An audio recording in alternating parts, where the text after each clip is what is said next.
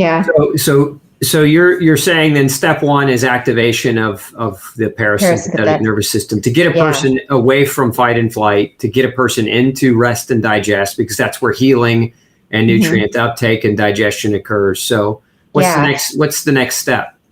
And that is a very important step. Like that step alone can be super beneficial for a lot of people, especially, you need to be in the parasympathetic response to kind of eliminate.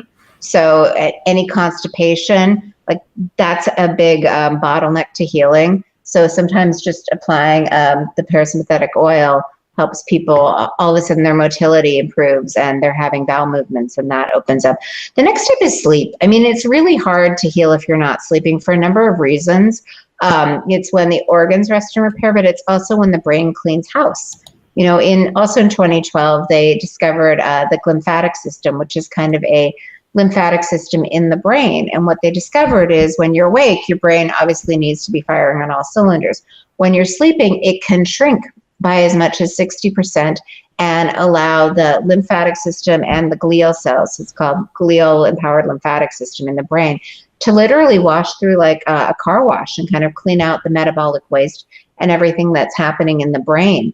And that's how you prevent all these neurodegenerative diseases, because if you have waste in the brain, your immune system responds to toxins, including your own metabolic waste, and it causes inflammation. And brain inflammation is really what lies at the root of so many of the symptoms, memory issues, fatigue, focus, all of those things. So the more you can, just like you brush your teeth every day, just preventative medicine, the more you can make sure that your brain is cleaning house every day through restful sleep, the more likely you are to kind of stay your best self.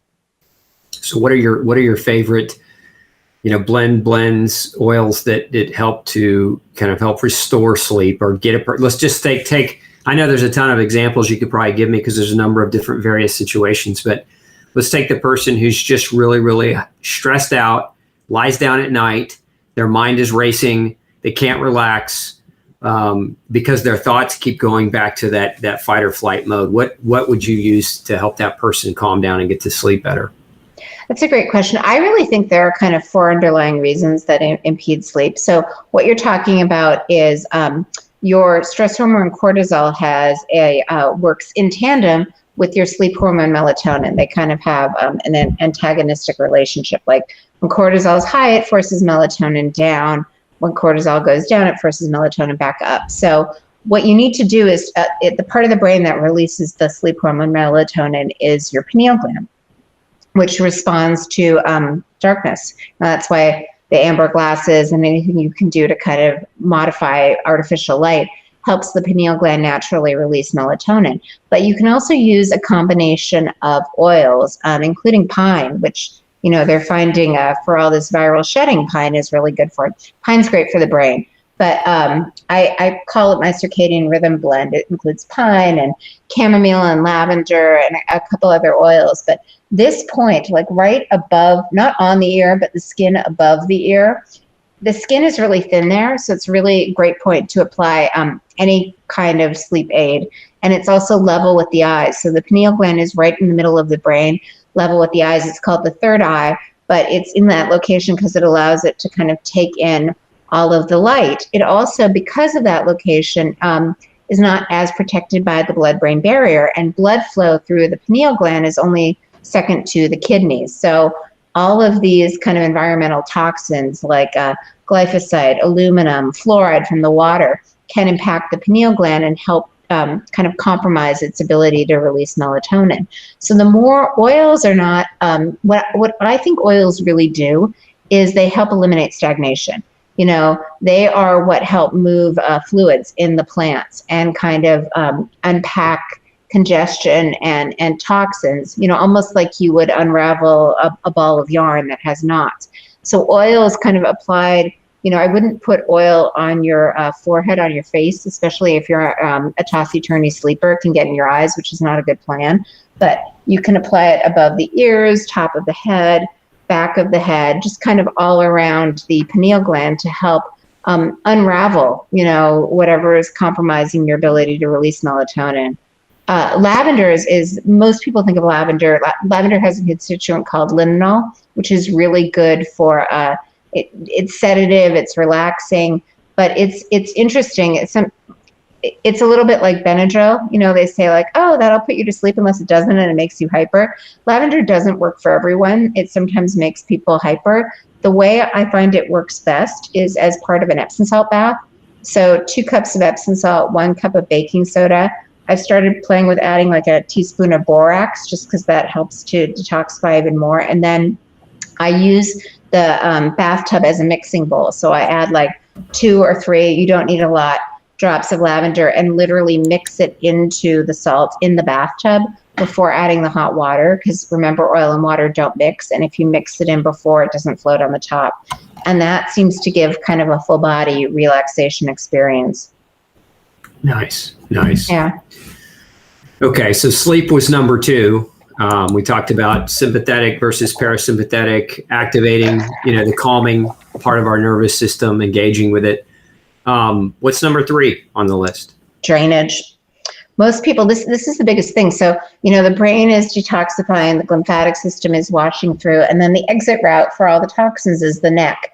The neck is the biggest bottleneck in the body, because if there's any congestion in the neck, then the toxins don't drain. They stay in the brain, they recirculate. So anything you can do, including structural alignment, super important. The lymphatic system flows down the neck, the vagus nerve. We can talk about some things that could make that a little toxic. And then the vascular system. The neck is really what allows the good thing. It's like the oxygen, the blood sugar to get in. So oils like peppermint, black pepper, cypress, they all kind of help to dilate, to increase the area in the veins to allow more oxygen in. And anything you can do, the lymph doesn't really move itself. This is why any kind of movement, rebounding, dry brushing is great. But a lot of times people who are chronically ill have congested lymph. So what happens is the toxins aren't draining. They sit too long. They can get uptaken into the nerves and cause a little bit of damage in the vagus nerve, which can, lead to a sickness response in the body. But my friend and colleague, Dr. Christine Schaffner, was working with chronically ill patients, and she knew the neck was compromised. So they actually took sonograms, the photos that you use for ultrasounds of the neck, noticed the congestion, and started playing with different topical applications and essential oils like frankincense, especially if you can kind of open the downstream passageways. Topically applying essential oils on the neck can help with drainage, can help clear up that bottleneck, and the lymph doesn't flow equally. It flows 75% on the left side. So the other bottleneck points are kind of the clavicle, under the collarbone, under the armpit. It's a hydraulic system. So if there's congestion downstream, even in the liver and the gallbladder, then things, back up further up. So the more you can make sure that the garbage is actually shepherded out of the body and leaves the body, so it doesn't get reabsorbed and, have to be processed by the liver again, the more you kind of alleviate, you alleviate the bad, you optimize the good. So that's a really powerful thing that I think oils are especially good at, is just helping with lymphatic movement. So frankincense is great. The mints are great. Spearmint actually is better than peppermint. But castor oil is great. Just really focusing on making sure that your lymph is moving in a healthy way and garbage is leaving the body. Love it. Yeah, you got to get it out of you. Mm-hmm. Okay, so again, parasympathetic, number 1. I'm just being repetitive for our guests. Oh, no, you're good. Sleep 2. Sleep drainage 2. 3. Okay. And then energy. And, your body, we are really wired to stay alive, right? So we have our autonomic nervous system with the sympathetic response. We have kind of our limbic system with our amygdala that responds to danger. And then we have the endocrine system, the hypothalamus, pituitary, adrenal axis.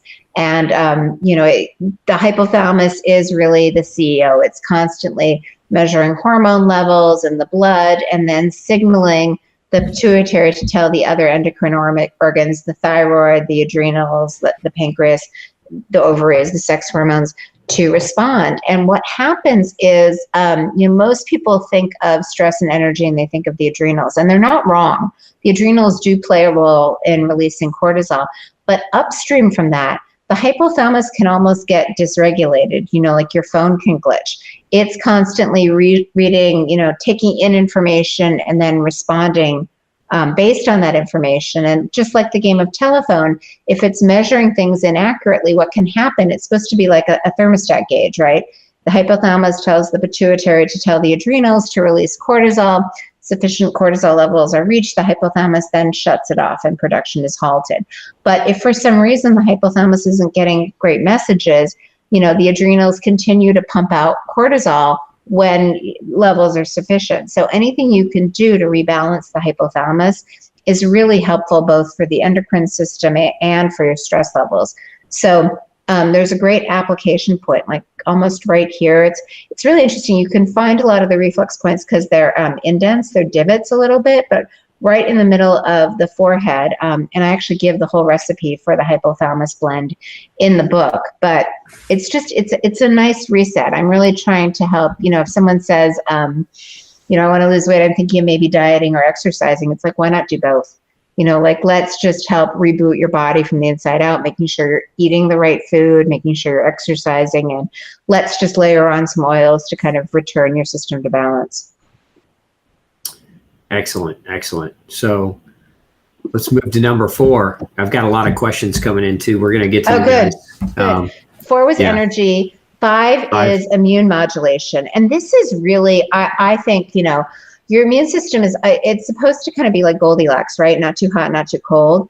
But often either you're stuck in sympathetic, and so that downregulates your immune system. And so you never get a cold and then suddenly you have cancer. Or you shift into autoimmunity and you're reacting to everything. And one of the big triggers is just poor digestion, right? Your whole digestive cascade, starting with the mouth releasing saliva, is controlled by your vagus nerve. So if your mouth isn't releasing saliva, you're not necessarily breaking down the proteins. And then if you're not releasing enough stomach acid, hydrochloric acid, you're not breaking down these proteins. So if these undigested proteins get to the gut, the immune system flags them as pathogens. It doesn't actually absorb and assimilate them properly. And now you're turning on your immune system. Your immune system's kind of reacting to everything and overreacting to everything. So the more we can get your immune system working with you, not against you, the easier it's going to be to heal. And this is where oils really shine. I mean, they're really known for being antimicrobial, antibacterial. Certain oils like thyme has a constituent named thymol, and oregano, the hot oils, they're really good for almost gear shifting the system back into balance so that it's not too hot, not too cold, it's just right. When the immune system is turned on, then it triggers inflammation. And so the more you can kind of modulate the immune system, the more you can unpack inflammation along with diet. Obviously, your whole digestive cascade really plays into that. But again, trying to hit it from all angles.